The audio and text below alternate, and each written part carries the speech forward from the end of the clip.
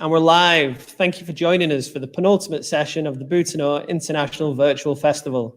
This one, after looking at all these different topics from our cast of characters in the wine world, our winemakers, our product managers, we've gathered the team from Boutinot International for a discussion around what trends they've seen in the last year, which has been a year to remember or to try and forget, I suppose. I'm not sure which. And then we're gonna look at what direction we see it going in 2021. So thank you for joining. Let us know in the chat where you're joining from, and we'll be taking questions throughout. So feel free to just send them across throughout, and we'll touch on those as we go. To begin with, I'm just going to get the team to introduce themselves. So if we could kick off with yourself, Meg, if that's okay.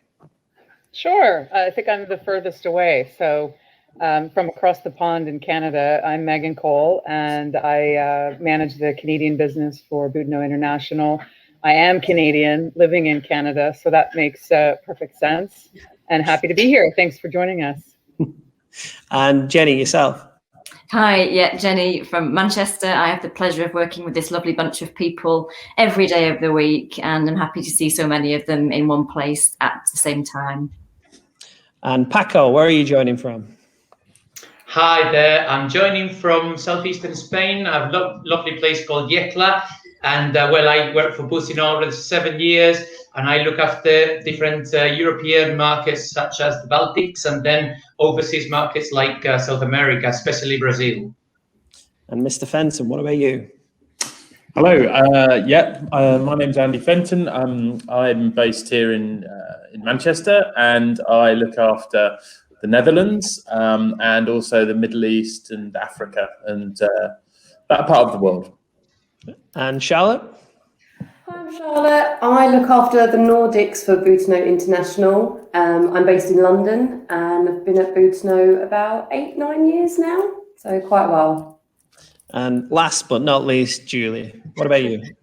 Hi guys, so I'm Julie, French product manager for Boutinot International. I've been with this amazing team for about 5 years now, originally from the south of France, and now I live in the beautiful sunny Manchester.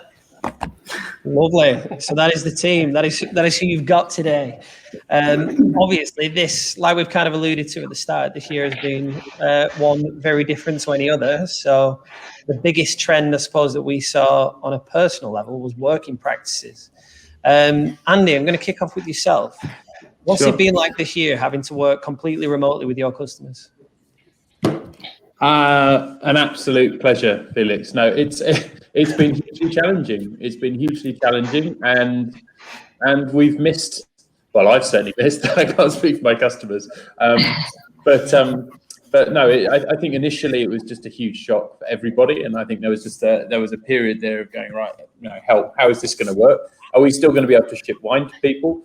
And I think fortunately, things obviously got very, very difficult around the world, but we were able to keep trading, and that was the key thing.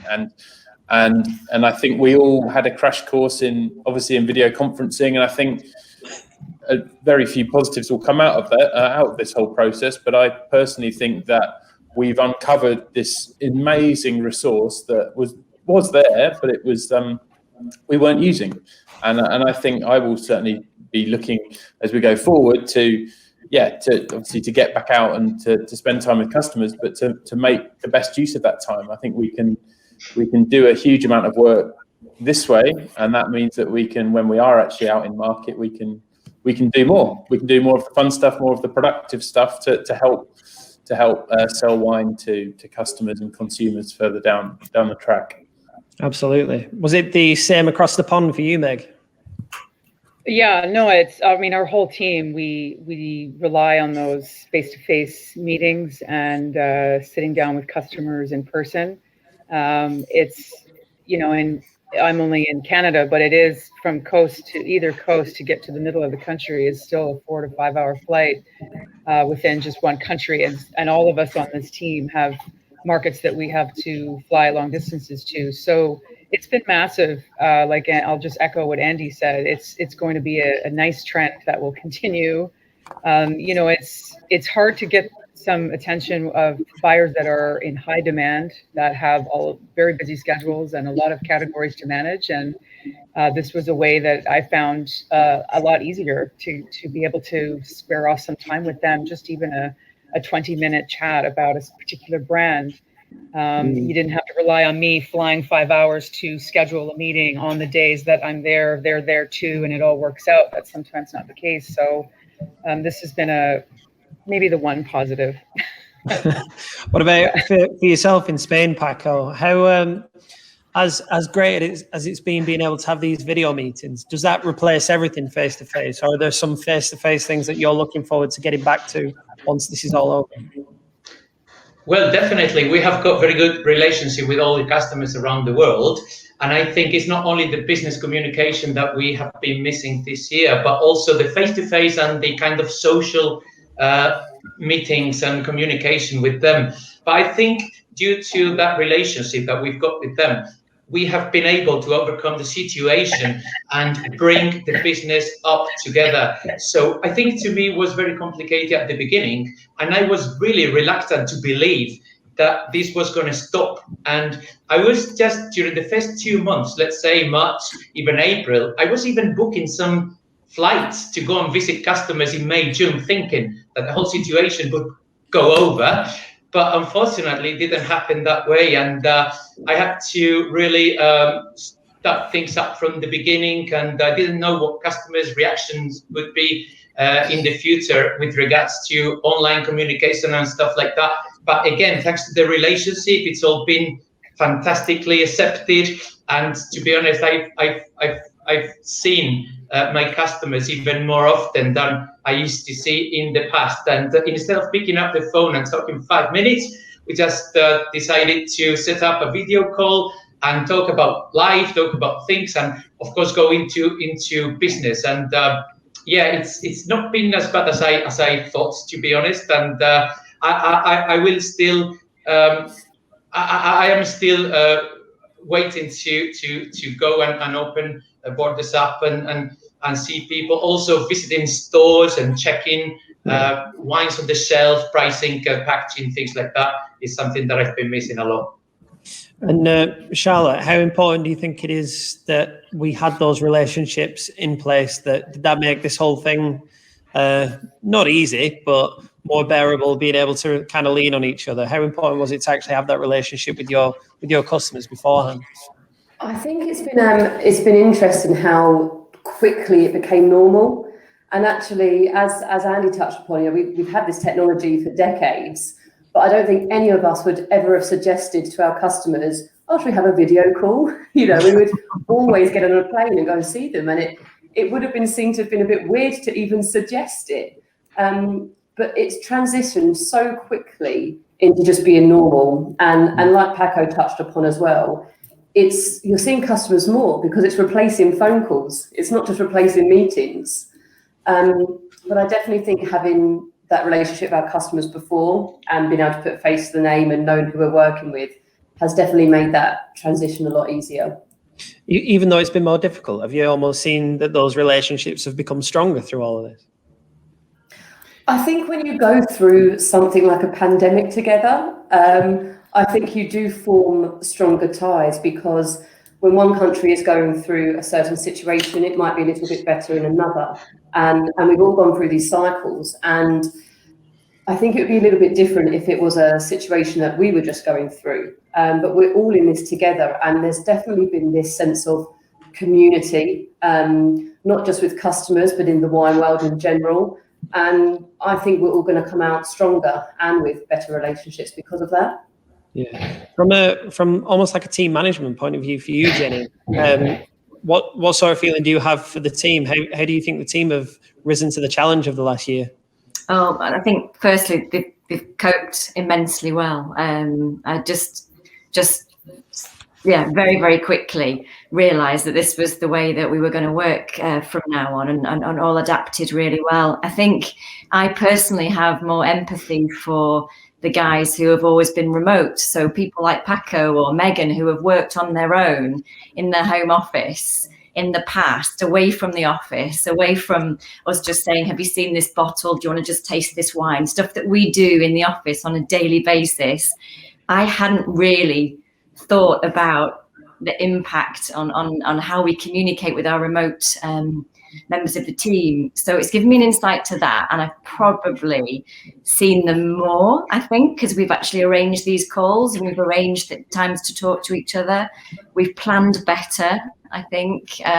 We've missed the tasting. I mean, I think honestly, when you saw us all tasting at the Paul Levan webinar a few minutes ago, that was like, wow, this is what we do when we're together. We enjoy tasting and we have some fun. So we've missed that, but they've coped amazingly. Some of them are going to have to justify a few of the trips that we do in the future again. They coped brilliantly, and can't wait to see them all face to face. And just thanks to our customers for also sort of for going through it with us and sort of working with us like that. I think it's more difficult for new customers to understand us and know who we are when you're on the other end of you don't know people, so prospects, that's slightly more difficult, but it's been a real learning experience. I think we'll come out of it stronger. I really do. Absolutely. So we've kind of looked at 2020. Obviously, everyone's joined us to look at the trends. What is it that we've seen? And there's a lot of stuff that you kind of expect with the COVID and with the pandemic, but there's a few other things which I suppose have been almost curveballs. So we've got plenty to get through. Julie, I'm going to start with yourself, because NPD, new products, is always a big trend every year. This year, it's probably been a little more challenging. How's that been on your side? Well, like you said, yeah, extremely challenging, because I think we've managed to adapt to the lack of, not being able to see customer face to face. But when it comes to product, you can't replace knowing how wine tastes through, a telephone conversation or through a Zoom. So I think what it required was more focus, more discussions, actually. So more one-on-one with winemakers, making sure we had a plan, making sure we knew where we wanted to go. And obviously, we had to be extremely focused, because when we had the luxury and the pleasure of seeing each other all the time and traveling to all these beautiful places and terroirs and visit winemakers and be on the ground, we couldn't do that during the pandemic. So when we talk about, guys, let's bring an exciting rosé this year, because that's what we want to give to our customers, where do you start? Because usually I could be able, to travel to a place, taste many samples and talk and learn. This one, potentially you have to pick like 3 wines, on a selection of 50. So I think we're really invited to more focus, more discussion, actually, which is something that we'll definitely learn. And on top of that, seeing how we adapted just with this event, for example, that makes me like, I'm super happy that finally we can get to select some wine, putting them in front of the customers, and again, getting to do all this tasting again. Because, it's been challenging, but I will say one thing, definitely more focus, and just sharing more stories again. Yeah, do you feel like when you're doing tastings remotely with the rest of the winemaking team, when you're doing it through video conferencing, do you almost feel like you've got to be more sensible, you've got to be more professional and focused, and you lack a little bit of the creativity and freedom that you get with in-person meetings? Well, yeah, because I changed my tasting session from being with 2 or 3 or even 4 winemakers in a room, exchanging over food, to being in my kitchen with the neighbor's cat and, and just literally on the kitchen table. So it's another thought process. But at the end of the day, because again, we work with so many amazing products, you just have to, just like you said, again, refocus and just try to just read a little bit all the notes that you've been sent and getting, this phone call, and just really keep sharing the stories. But it's just a different way of working. Doesn't change the soul of the wine really and the quality of the product. Yeah, absolutely. So in the discussions before this session, when we were kind of throwing around all the different topics that we were going to touch on, one of the ones that kept reoccurring was the almost premiumization of products, how customers were, while they may have been sticking within categories that they know, they were actually experimenting with maybe like higher standard products. Andy, is that something that you've seen on your side? Well, it is. I'd be interested to know really from everyone else what they've seen, but it's certainly a signal we've picked up in in the Netherlands, and it's just a consequence of, and I think here in the UK, it'd be fair to say as well, of people not being able to get out to restaurants and bars, and as a result of that, and also not do any of the other activities that you would normally be spending your money on, and people have had a bit more. The lucky people, the people who have kept their jobs through all of this and can afford to, have had a bit more money in their pocket, and that means they've gone out and maybe they felt they do owe themselves a bit more of a premium bottle of wine, and that's been an interesting trend, because the real question for me would be whether that sticks. So when restaurants and bars do open up, and the sooner the better, of course, we need them, will people go back to buying house wine, or will more of them trade up a bit? And if they do trade up, it could have a really, really obviously significant upside for us all. So it'll be interesting to see. Yeah, absolutely. Just speaking with our colleagues in the UK, they've kind of reported similar things. You know, a lot of the hospitality venues in the UK, they've had to adapt to doing e-commerce instead, doing online ordering, and a lot of them have actually been surprised by the choices that customers are making. There's a guy who runs a chain of pubs in Stockport, and he put his entire wine list online, thinking really he should have just stuck to almost like the lower end ones. And I think because customers weren't pressurized by anyone else, and like you said, Andy, they kind of stuck in, feel like they need a treat. He's actually sold out of all of his premium products. So it's interesting to kind of see that is completely mirroring in the UK. Is that something that you've seen for yourself, Charlotte? I think some countries have a lot of restrictions around about being able to sell online. But the monopoly stores that I work with do have a web function as well. So there's definitely been an increase in online orders. I think as well, just the reliance on the internet and digital media, that's kind of really increased as well, not just kind of through the online sales, but how much people are relying on digital media to get their information. You know, as Andy said, the bars and restaurants being shut and not having access to the sommelier, not spending a lot of time in shops talking to people.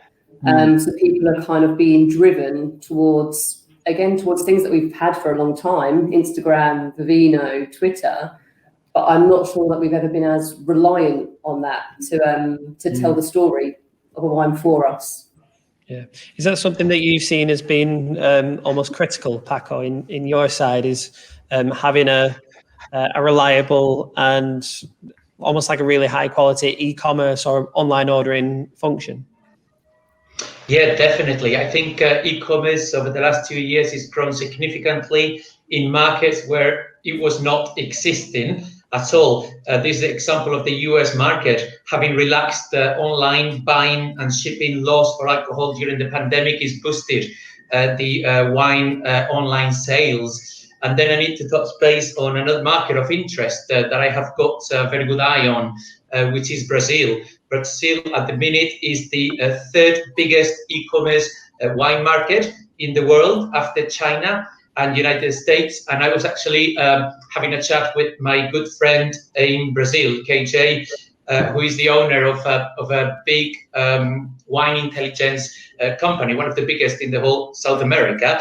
And he was sharing some numbers with me, quite significant numbers though. Wine has got, if we think about wine globally, it has got a 14% value of the total drink market versus 40% share online. So 14.4 on the total drink, whereas online is 40%. And then the main reasons I think why the e-commerce is grown so substantially is definitely and obviously the impossibility for people to go in store. But farther beyond that, I think is the ability to allow customers to source info with a click, to compare different wines online, to review, to post, and to discover. And given the importance of social media today, I think that is been the biggest convenience advantage of the online growth around the world. And again, in Brazil, I think this is a market which has always been dominated by wine clubs. Wine clubs have always existed in markets, not only during pandemic, but before pandemic. But what we have seen as well in Brazil is that also importers, distributors, and even retailers have had to consider the online as a unique and individual market for them. So if they were not present in that kind of business, they've had to adapt to the new ways of selling wine by creating and setting up or improving their own online strategy and channels. Yeah, definitely. I think what's been an interesting point of discussion for us in the preparations for this was looking at how new audiences are kind of building. So there's been a lot of discussion around the growth of the millennial category, and that just someone who kind of works in marketing, I hear millennial and immediately I just tense up and cringe because it is everywhere. I suppose what I'd like to ask from your side, Meg, have you seen that there is almost like a focus on this growing category? Are people getting excited by it, or is it any different to when other generations have kind of developed into becoming wine drinkers later in life? Well, I think just from 2020 and what we saw with what Andy and Paco and Charlotte were just talking about, with how quickly it was amazing in Canada to see, most of the provinces here are monopoly government-run liquor retail, and well, let's face it, it was retail driven through all of last year. Sadly, our partners in restaurants suffered greatly, but it was a retail market for sure, and it was amazing to see the quick pivot of online-facing stores, and how everyone, because they couldn't be in stores because of shutdowns or closures, but also they didn't want to spend time in stores, and really started to learn about the convenience of curbside pickup or delivery.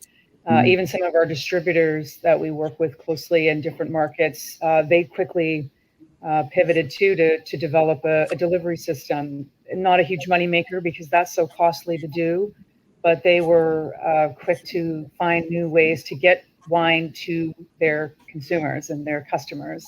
And that's not going to go anywhere. I think that's been a huge positive to open up a whole new channel. And on the online sales, millennials, like you said, they were doing this in every shopping category online across the board for years. So it's funny that wine, certain retailers in Canada have been doing it very well for years, but only a handful. But really now it's the millennials that drive all the social media and drive traffic to certain brands and opinions about certain wines. It's so easy to just pick up your phone and get an opinion and a suggestion when you're shopping, rather than relying on critics' choices or watching, waiting for brands to do something. It's I think that I guess maybe that's another thing about the pandemic, that we can say, wow, this is a whole new way to deliver trusted selections to people, is through online. Because that's the other thing, we have to trust who's selecting the wines for us to a certain degree as well. If you're not able to get into the store yourself, or you rely on the convenience of a online recommendation. Yeah, I think you've hit the nail on the head there. Yeah, completely. That's kind of being in that category. I kind of see a lot of the discussions around like the growth of millennials is quite often it's just completely misplaced. It feels like this generation was the first generation that grew up completely in a digital age. So therefore, all of the information was available, whilst it wasn't for either previous generations or the next ones that were kind of growing up. So it almost seemed like these people were doing something special because no one else was. When I think it was just as simple as we didn't have the information about the other generations, the other things. But that idea of having the relationships with people, I think that one is completely true that I see between the generations, is that if you want to buy something from someone, having that personal connection with them is really important. Have you seen that with your customers, Andy, that they have almost more success when they have a personal connection with their audience that they're trying to sell to? Absolutely. And whichever channel, if it's someone running an independent shop in the Netherlands, or it's someone a head sommelier at a restaurant in Dubai, they depend on looking after their customers and developing those customers and those relationships. I think maybe, what we've all been through, I can't think that anyone could have been through this experience and not be affected by it in some way. And I wonder if, it will make people value, perhaps it will make us value personal relationships a bit more. Maybe it will, in a way, I think it's made us sit up and take notice of the fact that there are existential threats, and it's put a focus on the environment in a completely different way. I think it's accelerated. I think we talk about trends that have come about in the last year. I think it's really a case of existing underlying trends that have been emphasized and accelerated massively. And I think now everyone's talking about green recovery, the race to carbon zero, because we can see that there are things that could affect us all. And it opens up a completely different area. But I think that's definitely something that we'll see going forward. The importance of the environment, sustainability becoming much more at the forefront of consumer minds. Yeah. I think you completely bang on that it's just accelerated changes that were already there. From a packaging point of view, Julie, I'm going to put you on the spot. What is it that you've seen the most in terms of packaging? Have you seen that people are just going consolidating on traditional requests during this, or have you seen a growth in any new packaging or any innovative packaging designs? I think it's actually, we can divide. To a certain extent, divide packaging into different things, because I think at Boutinot we are very strong in two areas of packaging. Number one is telling a story through a label, which obviously is tremendously important when you're trying to sell more wine online. People, I'm not quite sure about the attention span that you've got from people scrolling online, but what you need is a catchy label so people can just stop and say, oh my God, this is amazing, I want to know more about this wine. So when you've got a wine like Pablo y Walter, for example, that is this, purple and super vibrant yellow colors.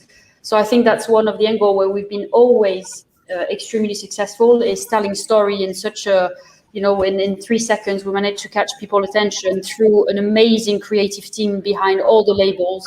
There is a story. So I think that's one angle that we've been really successful. The second one, I'm going to say the bag-in-box. Bag-in-box clearly has been, a development that, again, has completely, like Andy said, accelerated. Bag-in-boxes is something that was always on watch, but this has been quite tremendous. And I think, Meg will definitely agree there, and same with Charlotte. I think, with bag-in-boxes, especially in your market, it's been something extremely popular, for example.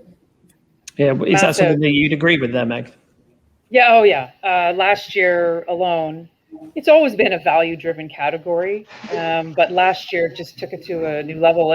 Specifically, not so much the 1.5 liter in Canada and in several provinces, but the 3 and 4 liter bibs, they went from some provinces were 50% growth last year of those categories, and then on the lower side, 25% growth. It's just a massive, people were not able to get into stores, didn't want to go to stores, especially the older generation didn't want to go into stores. So that was the way to get their supply of wine for several days or a week.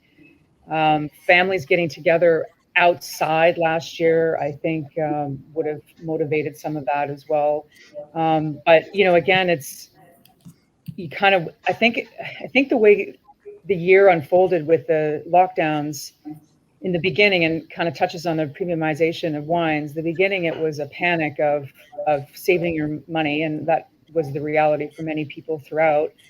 While some people were able to trade up as they realized they can't travel, and this is longer than they thought, and they still fortunately have their jobs, they could trade up. But for a large part of the population, it was all about value driven, and how do I not go to the liquor store and not go out of my home, at least, in the little amount of time. So buying in larger formats in 3 and 4 liter just boomed throughout Canada in almost every region.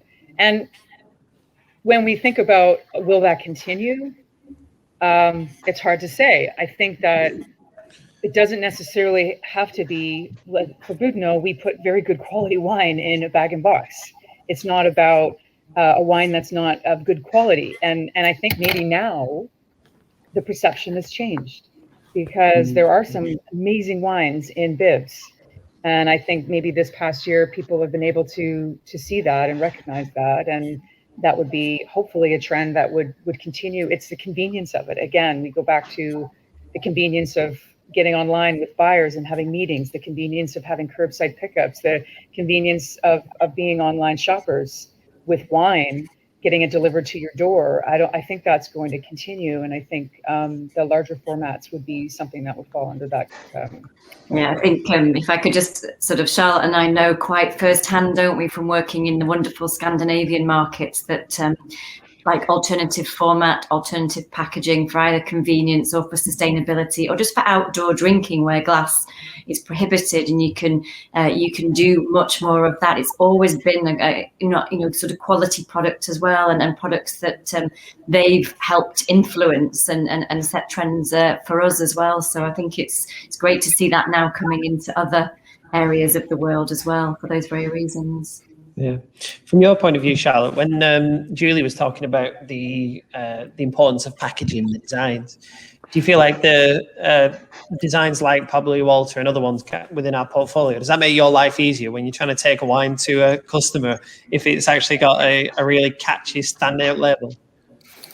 I think the label is the first thing that sells the wine to the consumer, isn't it? It's, if you've got a shelf of products, why do they go to yours? If they haven't tasted it before and they haven't been able to go to wine tastings, it's absolutely going to be the label.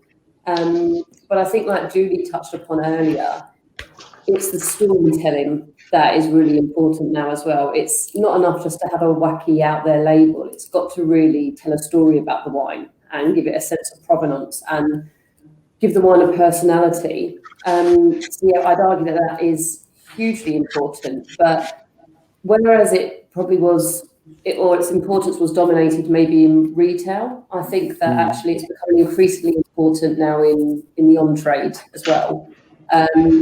Whereas before maybe it wasn't as important to have a cool label or a standout label. Now, if you've got a nice bottle of wine and it looks great on a table in a restaurant, other people will point it out and want to know what it is. So yeah, I think it's hugely important in the world over, really. Yeah, definitely. Just from a marketing point of view as well, I've kind of seen that the designs, they really are branching out. It's almost following the pattern within the beer and craft ale movement of the last 10 years. Like the packaging there has just kind of exploded into all these weird and wonderful designs. And there's always been a few like that within the wine trade, but it just seems like more and more people are going down that avenue.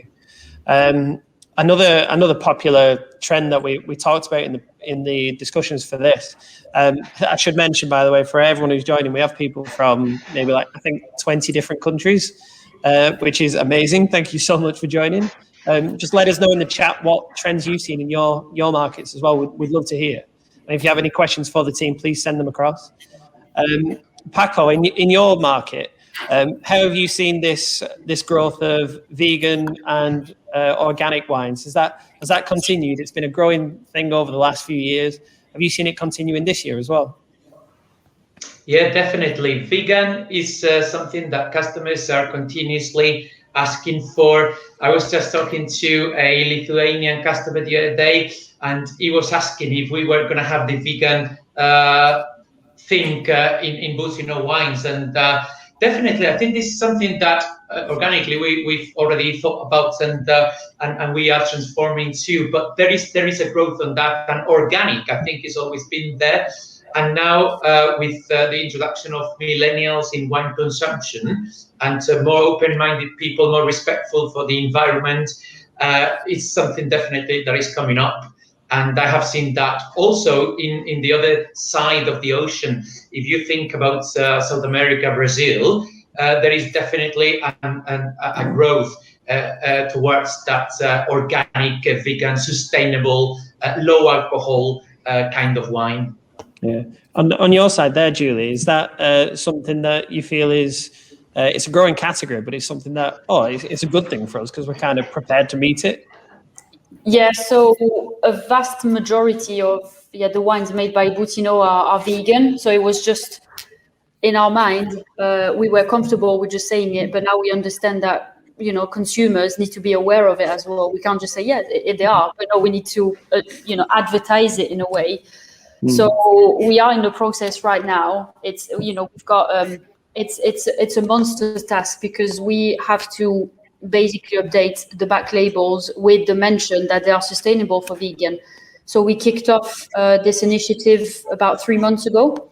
We're looking at obviously quite a large portfolio of wines that we're going to have to update. But yeah, so now it's, you know, all this task that it's happening. So now every time there is a new wine that is coming to life, if it's vegan, it's going to be advertised. So this is something that we definitely have understood. They actually came from Provine 2 years ago when we've just applied a little sticker just to say to people the wines were vegan, and they thought it was coming with the bottle. So from that, we really took, you know, great feedback, and we thought that was amazing that people wanted to advertise it. So now it's just a process of kicking off all of this, which it's just a small job of going back and putting vegan on every single label. And on top of that, also, you know, we are aware that also, so it's just a big task, but yeah, we're working on it as we speak. So hopefully, you know, by, I can't say a firm date, but by next year, you know, if we can advertise that the wines that are vegan is put on the back label, that would be great. Yeah. In terms of products and categories, Andy, on your side, what we've kind of seen in the UK is that people are sticking within known categories, but experimenting within that. I'm sure, like, you probably feel the same. Like, it feels almost in the UK like the calm before the storm right now, before the world opens up again in mid-April. Do you feel like that will continue with people staying, or do you feel like there'll be an explosion of trying different trends, different types? What do you think? That's a really tough one. It's difficult to predict what's going to happen next week, let alone in 6 months' time. But look, I think you know, where we obviously, if people are going to trade up, then you would think they would probably trade up into categories that they've heard of and where they feel they're spending their money wisely. So that would logically lead to people buying classics.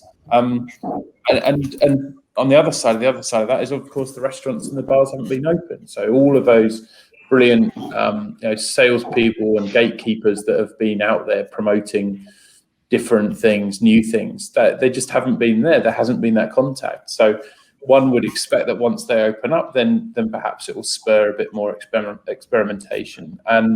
And I think, coming back to what Megan was talking about in terms of e-commerce, then as people are more sort of familiar with using different websites, and as the quality of digital content and interaction with consumers online improves, then perhaps there's more scope for some experimentation there as well. But I don't know. I'd be loath to make any too sort of firm predictions on that. That's a difficult one. I mean, people last year, they bought safely, right? To some degree, it was a detriment to us having new products or new wines on shelves. There was no foot traffic to get any traction of that, very little of it. And when you're in and out of a store and you're wearing a mask and you're distancing and all of that was in place, it was buy what you know, and safety and comfort in the brands you've known for decades, the grapes that you're familiar with. And Andy's so right. Those sommeliers and those key on-trade restaurant professionals that help introduce a lot of new to markets have just been missing for a year. And so, yeah, I mean, I think we'll for sure get back to trying new and looking for new and wanting new, but it may take a little time. I'm not sure if the return will be when we're all vaccinated and we're going to all go nuts and travel and buy, you know, start buying things that we just couldn't get our hands on. I don't know. I still feel there might be a hangover of being safe for a bit. So it's almost like, in preparation for the world slowly reopening, is to consolidate on those ones that, you know, people are gonna want. They're gonna want that comfort when they go back out into the big scary world, aren't they? Who knows? Do you see that on your side, Paco? Do you see that in the tenders that you're receiving? What sort of what sort of shifts and changes have you seen for the requests for specific products? I know that over in the UK, I think the different customers have one eye on hopefully having similar weather to we had last summer. So there's been a lot of talk about rosé, sparkling rosé, prosecco rosé. Have you seen similar trends for yourself, or is it different for you? No, definitely agree with the rosé trend. I think it all started in the UK back a few years ago, but over the last 2-3 years, I think it's come to the rest of Europe and even crossed overseas markets. And yeah, definitely it's growing. And I was checking some Nielsen numbers the other day, seeing in the Baltics is growing double digits. And also in South America, it's growing a lot. And it's fun to hear about the South America story of the rosé. 2-3 years ago, back in 2018, there was no rosé wine almost in a supermarket chain in Brazil. And well, they gave it a trust a year ago or so, and then it started growing, and it's now still very, very tiny. But I mean, it's growing, and there is already a category, and there is a place on the shelf for it, and people are starting to fall in love with the rosé. They actually saying, "Oh, look at this rosé wine! It has got the aromatics and the flavors of a red wine, but the freshness, the acidity, the crispiness for white wine." So people are finding it very interesting. And well, I mean, linked to the importance and the growth of rosé wine all over the world, I think it comes the prosecco rosé, which we were talking about in a previous webinar. So altogether is making the rosé wine category grow, and that is something that I think we as Boutinot, as a wine producer, have to be very proud of, because we've been trusting rosé wine production since our origin, and we're making fantastic quality rosé wine all over the world, starting in East Sussex with the fantastic sparkling Hennes rosé, but then moving down to South Africa. We've been making rosé wine for already 20 or 25 years. Check El Cacinone and the fantastic rosé wines Claudio, Carlo and their team are making there, and going down to Caran, of course, one of the loveliest rosé wines that we're making over the last 20 years, Le Cerisier, a lovely rosé wine that people are really, really appreciating, especially on trade or kind of more specialist wine shop segment, but definitely gaining importance, and I'm very happy to see that trend. Absolutely. And if anyone watching didn't get that, we make a lot of rosé. I have to add there, Paco, we have our newest edition as a Canadian Okanagan Valley rosé that's being bottled in America. So you never sent me a sample, Megan. It's not bottling till April. You got to hang on one more month. Right. Okay, I can wait. Yeah, and the one thing you missed there was, by all means, of course, anyone can catch yesterday's session, War of the Rosés, hosted by Julie Ruiz, on demand via our channel. So check that one out later on. I think we've got time for a couple of questions. We're slowly tying up. One has come in regarding our experience with smaller formats, either like 187 milliliters, I'm assuming, and no alcohol wines during the pandemic. On their side, they've seen a decline in those categories. I suppose from a UK point of view, a lot of our customers have said similar. But I had a conversation the other day with a gent who runs a company called Drinkwell, who focus on healthy or healthier alcohol alternatives. And the big thing he saw is that he saw a big decline in low and no alcohol, but a huge rise in low calorie products instead. It's almost like this last few years where everyone's kind of been going low and no. It's just been a hair wide of the mark. It's almost been, people are more concerned about the nutritional value in what they're drinking. And he's an expert, a specialist in finding these nutritional, as nutritionally healthy as you can get, I suppose, with alcohol products. And he kind of thinks that's where people should have been aiming the entire time. Andy, is that something that you kind of agree with? Is it something that resonates with you, or have you seen anything different at all? I must say, we don't have any 0% alcohol wines in our portfolio. We do now have a beautiful 5% ABV Sauvignon Blanc from South Africa that we've just Paco can talk more about that, but that's a cracker. But we firmly believe you can't really make something that you can truly call wine at 0%. I'd love to be proved wrong. So it's difficult for us to see that. Certainly, the point that Thomas is making on smaller formats, I think, certainly we've seen that, and logically, you'd think with the hotels being closed, you'd think that small format is a really big thing for mini bars. In flight obviously is huge as well in travel retail. So I think that logically that would stack up. Whether that will come back again afterwards, you think that it might do. But Paco, maybe you want to talk more about the lower. Yeah, definitely. I think it's well. Funnily enough, the can is gone. Started very strong in the UK and some Scandinavian markets, and then during the pandemic it went down. It's not only, I think, the hotels and places like that where it was sold, but also think about campings, think about picnics, think about going to concerts, music festivals, and things like that. That is perhaps why the importance of canned wine has gone down. But if I look at my Northern European markets, the Baltics, canned wine is a growing category, and retailers are more and more looking at canned. As well as in South America, in Brazil, they started dealing with cans perhaps last year, and they're gaining importance day by day. So I do understand why in the UK and some other markets it's gone a bit down, but at the same time, I think can came here to stay, and we need to keep an eye on that, because we started making fantastic New Zealand Sauvignon Blanc cans for Scandinavia, and I think that will come back once the situation is a bit more normalized. Yeah, sure.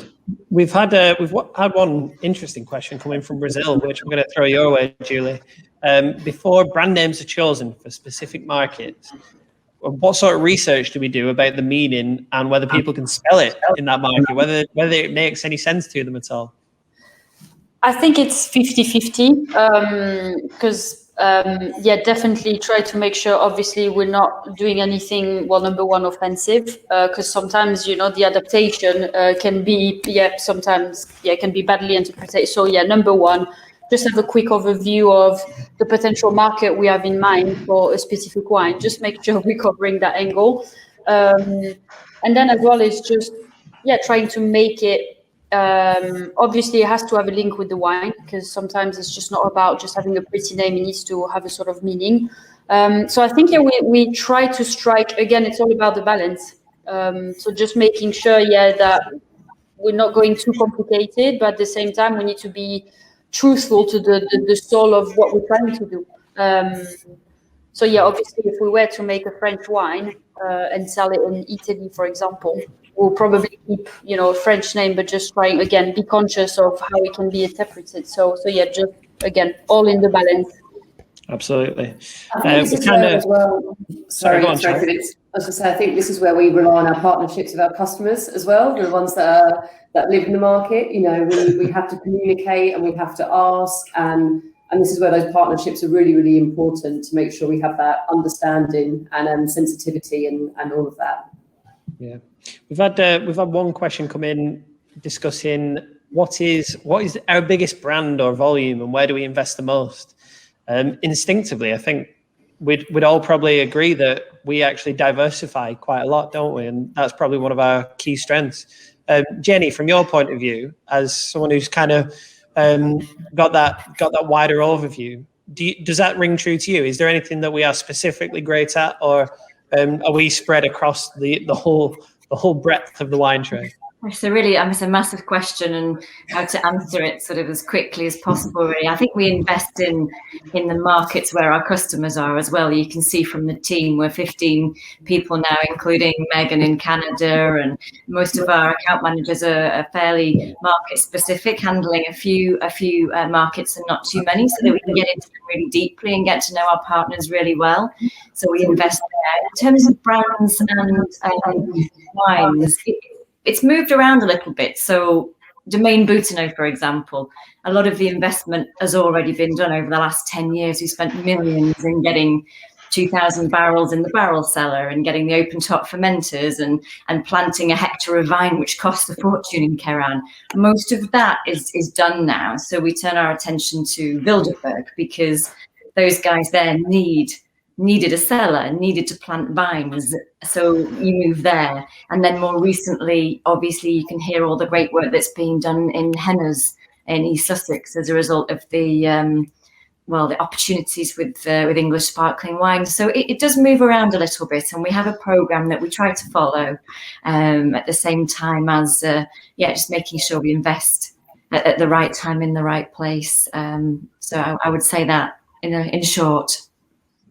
So I think that's plenty to go on. We've got 10 minutes before our next session, which is to sit down and enjoy a glass of wine with our winemakers. Unfettered access to our crazy winemakers, not to be missed, of course. Just to finish off, Meg, what final message would you have to customers after this year? Oh, a massive support. It's been... we've all gone through it together. We've all struggled with the challenge as a producer. Things like overstocks has been difficult for us. Our partners on the ground are, the way that they've all managed so efficiently has been astounding to see. And we're helping each other. We've all gotten on board to try to make the best of a horrible situation, and understanding, I think, us having some empathy, some compassion for what we're all dealing with, not just through business, but personally, how stressful this is. It's still ongoing, the anxiety around where we're headed.